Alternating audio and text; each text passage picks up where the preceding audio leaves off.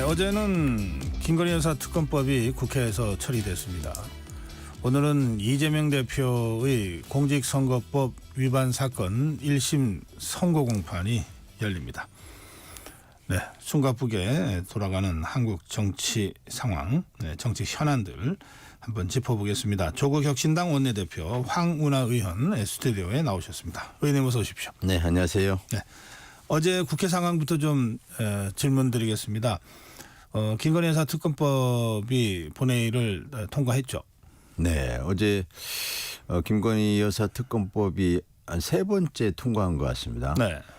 지금까지 두 번 통과된 특검법은 이제 다 거부권 행사됐고 또 재의결에서 다 폐기됐고 이번 3번째 특검법이었는데 이번 3번째 특검법은 원안이 통과된 게 아니고 이제 수정안이 통과됐는데요. 네. 수정안이 이전하고는 좀 내용이 많이 달라진 겁니다. 아, 예. 예. 우선은 김건희 여사가 그 수사 대상이 되는 그러니까 혐의 사실 이 10개 또는 뭐 14개 이렇게 종전에 수사 대상으로 적시가 됐었는데 네. 이번에는 수사 대상을 대폭 줄여가지고 2개로 줄였습니다. 네. 그러니까 하나가 도이치모터스 주가 조작 사건, 네. 또 하나가 이제 이른바 명태균 게이트, 그러니까 가장 최근에 일어난 일들, 네. 또 이제 국민들의 분노가 매우 높은 그런 사건들 이것으로 좀 축약을 한 것이고, 네. 그다음에 중요한 것이 또 특검의 추천 방식이 종래에는 야당이 추천하는 네. 수사 대상이 대통령의 배우자인 만큼 야당이 추천할 수밖에 없다. 특검의 취지가 살려지기 위해서는. 네. 그랬었는데 그것이 이른바 뭐 삼권 분립 위반이다 뭐 이런 그 항변들이 있었거든요. 납득할 수는 없지만 과거에도 다 그 야당이 추천한 특검의 경우에 이제 특검이 소기의 성과를 냈었고 특검의 취지가 제대로 살려지려면 특히 이 현재의 용산 그러니까 대통령이나 대통령 배우자를 상대로 한 그런 특검이 야당이 추천하지 않고서는 이게 뭐 특검의 의미가 없죠. 그래서 야당 추천을 하는 것이 맞는데 특검의 취지를 살리자면 그럼에도 불구하고 추천 방식에 대해서 위헌 이렇게 그런 얘기가 있었거든요. 그래서 네. 그런 부분을 해소하기 위해서 이른바 제3자 추천 방식 그것은 한동훈 대표가 대표 나올 때부터 그때부터 해병대원 특검법. 예, 그때부터 이제 제3자 추천 방식이라면 수용할 수 있겠다라는 그런 얘기를 수차례 해왔었거든요. 그래서 국민의힘으로 하여금 특검 추천 방식이 네. 국민의힘이 원하던 제안했던 그런 내용이니까 좀 거부하지 말고 반대하지 말고 반대 명분을 좀 제거시키는 그러한 특검법이니까 좀 참여해달라 찬성해달라는 취지로 그렇게 2가지 내용이 종전의 특검법은 달라진 내용이었죠. 이른바 지금 설명하신 제3자 추천 관련해서는 야권의 비토권은 이제 있는 그런 수정안이었죠. 그렇죠. 예. 네. 그래서 대법원장이 4명을 추천하면 네. 국회가 그중에 2명을 추천해서 하는 그런 형식이긴 한데 네. 예. 대법원장이 추천한 4명이 모두 매우 부적절하다. 특검으로서는 도저히 특검의 취지를 살릴 수 없겠다. 이럴 경우는 이제 다시 거부할 수 좀 있도록. 다시 요구할 수 있는 이른바 비토권이라고 부를 수도 네. 있겠죠. 그런데 이게 이제 그 수정안이 이제 그 제출되는 과정에서 그리고 어제 통과된 건 수정안인데 지금 의원님 설명하신 이게 더불어민주당과 조국혁신당 또 다른 야권이 사전에 이 수정 과정을 좀 같이 하신 겁니까? 그 부분은 어제 대변인 논평을 통해서 네. 조국혁신당의 강한 유감의 뜻을 표명을 했는데 예. 민주당이 수정안을 제출하는 과정에서 조국혁신당 등 다른 야당들과 협의를 하지 않았습니다. 아, 그래요? 네, 물론 법안을 제안 설명을 하면서 네. 충분히 내용을 파악할 수는 있지만 그러나 야권 공조를 공고하게 해야 될 지금 상황에서 네. 민주당이 이제 뭐 정치 일정이 급박하게 돌아가다 보니까 그 부분을 이제 빠뜨린 것이죠. 그 부분은 민주당의 실수였습니다.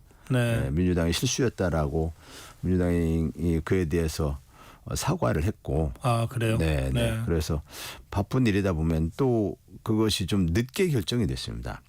그러니까 최종적으로 수정안을 오늘 낼 것인지 또 수정안의 내용을 어떻게 할 것인지 네. 이 부분이 당일날 뭐 오전 11시 12시 돼서야 그래야 그때서야 의총에서 최종 네. 결론이 났기 때문에 그 후에 이제 전개된 상황으로 볼 때 이제 다른 야당들에게 일일이 협조를 구하기 위한 이제 시간도 좀 부족했고 네.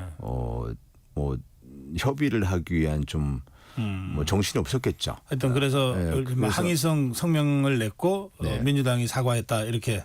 뭐 그 전에 이제 급박하게 박찬대 원내대표께서 저에게 이제 전화해서 매우 잘못됐다 절차가 그래서 급하게 일을 처리하다 보니까 반드시 거쳐야 할 절차를 거치지 못해서 대단히 좀 잘못된 일이라고 생각한다.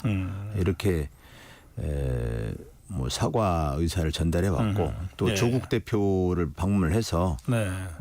그 경위를 잘 설명드리고 또 양해를 구하고 이렇게 그런 과정이 있었습니다. 그렇군요. 그런데 이 김건희 여사 특검법 관련해서 수정안을 내겠다라고 한 보도는 지난주 지지난주부터 있었고요. 그렇죠. 그리고 그때의 더불어민주당은 사실 함께하는 다른 야5당보다는 어떻게든 한동훈 대표를 그 제3자 추천이라는 한동훈 대표가 설명했던 제안했던 방식을 통해서 끌어들이려고 했던 것 같거든요. 그러면 뭐 제가 굳이 이렇게 뭐 야권 내부를 뭐 이렇게 좀 얘기하려고 하는 건 아닌데 더불어민주당의 태도를 보면 한동훈 대표는 안중에 그 염두에 뒀지만 다른 야사 5당에 대해서 뭐 별로 안중에 두지 않은 것 같은 이런 태도들도 좀 보였던 것 같은데요. 그렇게 볼 수는 없고요. 그 지난주에도 야 5당 그 야 6당 5당 네, 야 5당이요. 야 5당인가요? 원내대표들이 같이 모여서 민주당과 야5당 보통 이렇게 표현합니다. 같이 저녁 식사를 곁들여서 네. 원내대표들 회동이 있었고 그런 자리에서도 이런 전국 상황에 대해서는 계속 그 공유하고 뭐 공감대를 형성해 나왔죠. 네. 그리고 그 민주당 입장에서야 야5당이 이러한 취지에 당연히 공감할 것으로 지금까지 김건희 특검법에 대해서는 조금 전에 말씀드렸지만 뭐 2번 이미 그 본회의를 통과한 적이 있었고 네. 거기에서 그 야5당의 태도는 다 그 과정에서 야권 공조가 있었죠. 네. 같은 입장이었거든요. 네. 국민의힘만 일관되게 반대한 것이죠. 따라서 국민의힘을 어떻게 설득할 것인가 하는 것이 당연히 주된 관심사지. 야5당은 뭐 같은 입장을 취하고 있는 것이죠. 다만 이제 내용이 네. 구체적인 내용이 수사 대상이라든지 또는 특검 추천 방식이라든지 이런 내용이 좀 달라지는 부분이죠. 그런 부분이 아까도 말씀드렸지만 당일날 의총이 돼서야 구체적인 내용이 결정됐기 때문에 그 전에 야권의 공조를 소홀히 했다라는 그런 부분에 대해서는 저는 뭐 그렇게 생각 들지 않고요. 알겠습니다. 네. 그런데 그 국민의힘의 한동훈 대표는 뭐 한동훈 대표가 주장했던 제3자 추천안을 수정안으로 제시했음에도 불구하고 뭐 전혀 지금 이 태도 변화가 없거든요. 그러면 그 지금 한동훈 대표 어떻게 보세요? 예전에 그 불과 한 2, 3주 전에는 뭐 조국 대표도 막 화이팅 외치면서 한동훈 대표를 응원하기도 하고 막 그랬잖아요. 한동훈 대표가 변했다고 보십니까? 아니면 원래 이랬는데 야권에서 착각했다고 생각해야 됩니까? 한동훈 대표는 지금 정치인 흉내를 내는 아직은 좀 미숙한 모습, 왔다 갔다 하는 모습을 보이더라고요. 본인이 입에 달고 사는 게 국민 눈높이. 이제 뭐, 정치인이 되다 보니까 그렇죠, 뭐 그거. 국민 예. 눈높이, 국민 눈높이 하는데 정작 네. 국민 눈높이가 뭔지도 모르는 것 같고 또 국민 눈높이 기준이 여기서 얘기할 때 다르고 저기서 얘기할 때 다르고 또 본인이 얘기했던 국민 눈높이를 얘기했다가 그 책임도 못 지고 대표적인 게 이제 이런 좀 제3 추천 방식인데요. 네, 네. 한동훈 대표는 뭐 줄타기를 하고 있는 것으로 보입니다. 예, 그래서 어떤 때는 용산에 대립각을 세워야 자신의 여기 향후 정치적 미래가 있는 거 아닌가라는 생각을 하기도 했다가 용산에 대립각을 잘못 세웠다가는 이건 쫓겨나겠구나라는 또 두려움.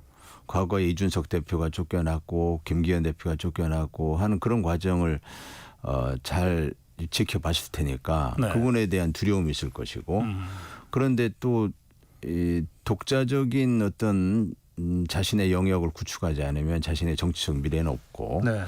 또 김건희 특검법에 대한 본인이 입에 달고 사는 국민 눈높이 비춰보면 김건희 특검법에 대한 국민 지지 여론이 압도적으로 높거든요. 찬성 여론이.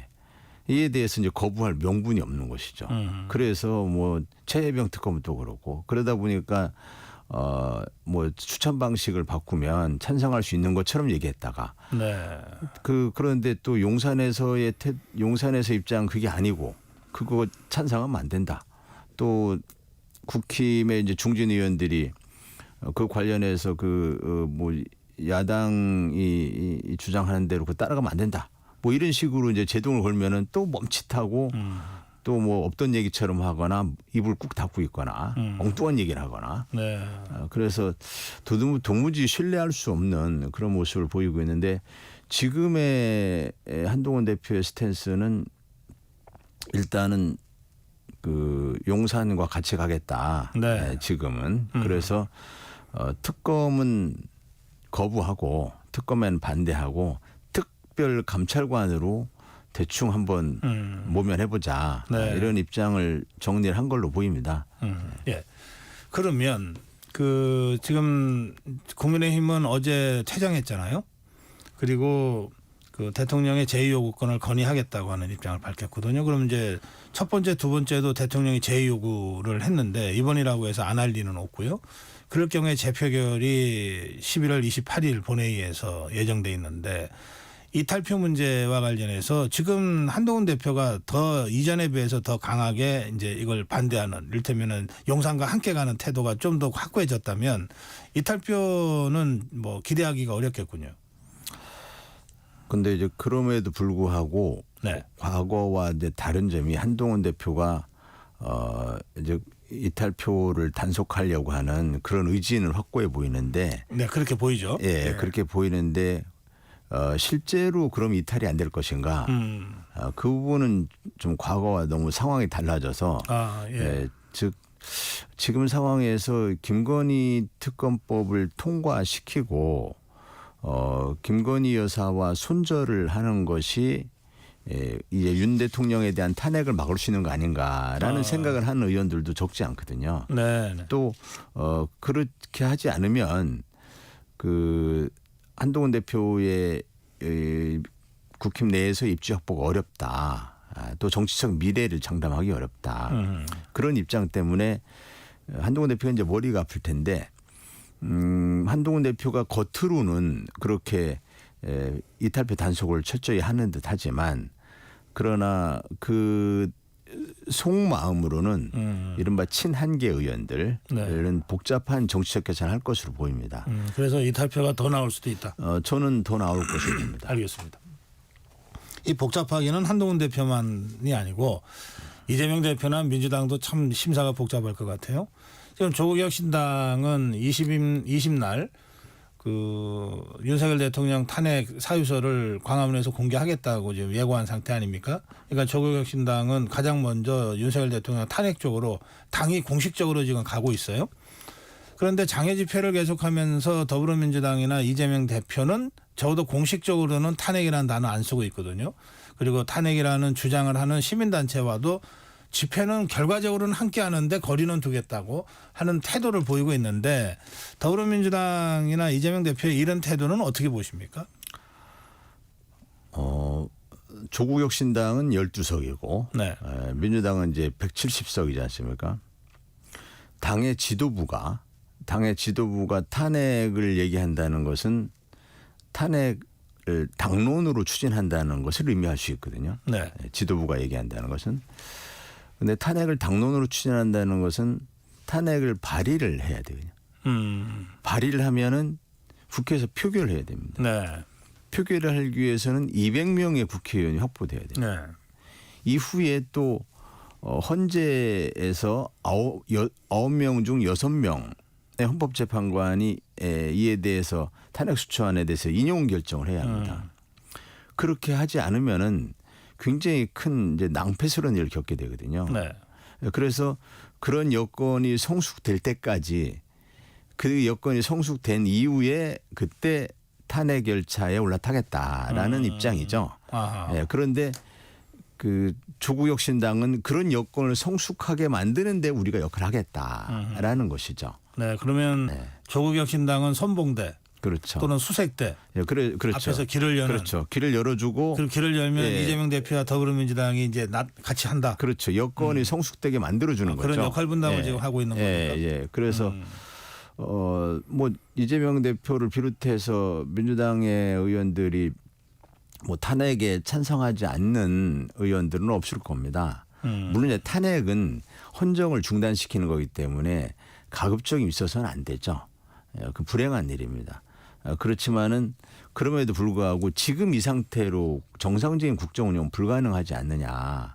지지율 10% 가지고 어떻게 정상적인 국정이 가능하냐. 그리고 윤 대통령이 달라질 기미가 안 보여요. 또 자신의 지지율이 이 정도 상태에 머물고 있고 또 뭐 여러 가지 이제 국정 난맥상에 대해서 제대로 인식을 하고 달라지려는 태도를 보인다면 그렇다면 또 다른 생각을 할 수도 있겠지만 지금 뭐 전혀 그런 문제 인식하지 못하고 예컨대 뭐 트럼프 대통령과 만나서 이렇게 한미 관계를 공고하게 하겠다라는 이렇게 하고 첫 번째 하는 것이 뭐 골프장을 간다든지 이런 부분들이 이제 국민들이 볼 때 너무 미덥지 않은 것이거든요.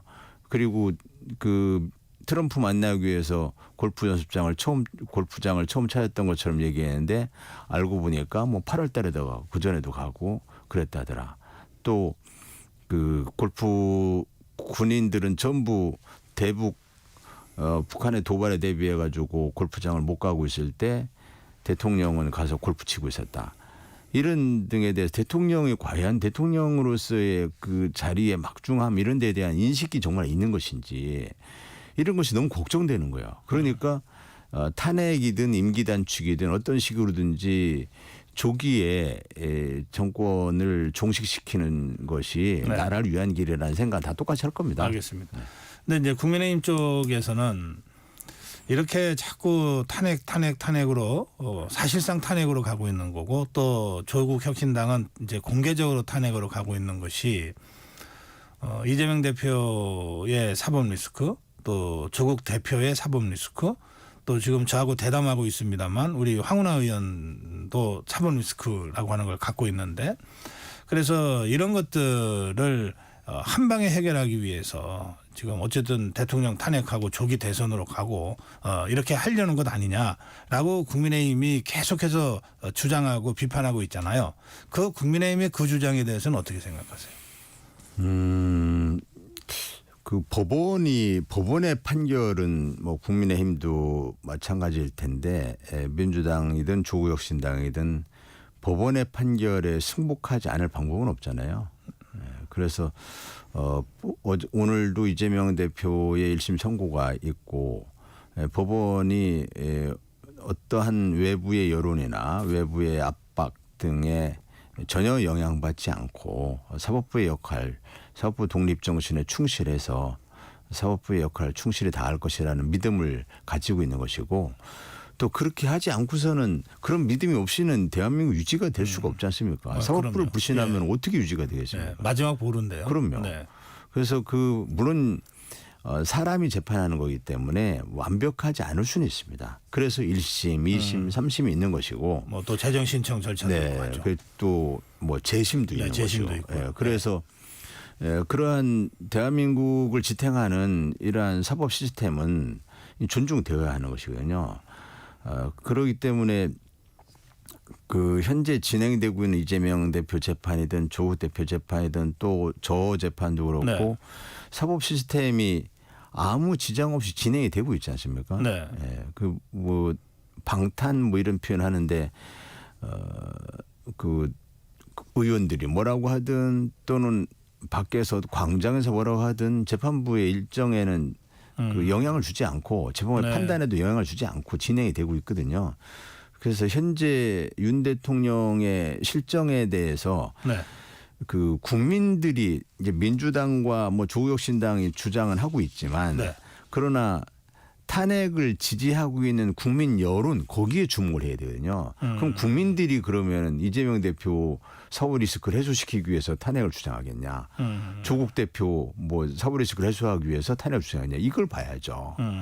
네. 최근에 여론조사를 보면은 탄핵을 지지하는 그런 그 여론이 약 70% 전후 뭐 이런 여론조사도 있고 또 지금 혹시 그 여론조사는 어떤 조사인지는 기억나십니까? 저희가 근거를 제가 기억하는 건 드려야 여론조사 꽃 꽃. 에서 69점 얼마 좀 찾아주시겠습니까? 네, 69점 얼마였던 네, 걸 제가 기억하거든요.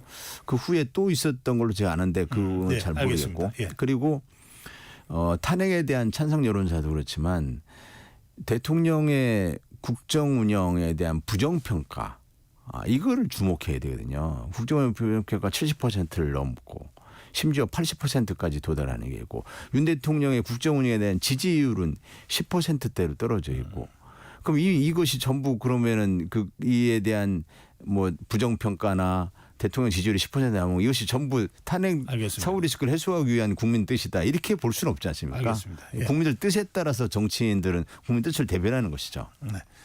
뒤에 말씀하신 대통령 지지율 조사는 아마 갤럽 조사를 말씀하시는 것 같습니다. 시간이 거의 다 됐지만 마지막 짧게 답변해 주시면 좋겠어요. 지금 그래서 200명이 돼야 탄핵을 하는데 지금 41명이 탄핵연대 모임을 출범시켜서 200명을 만들겠다고 하고 있잖아요. 목표 기한이 있어요?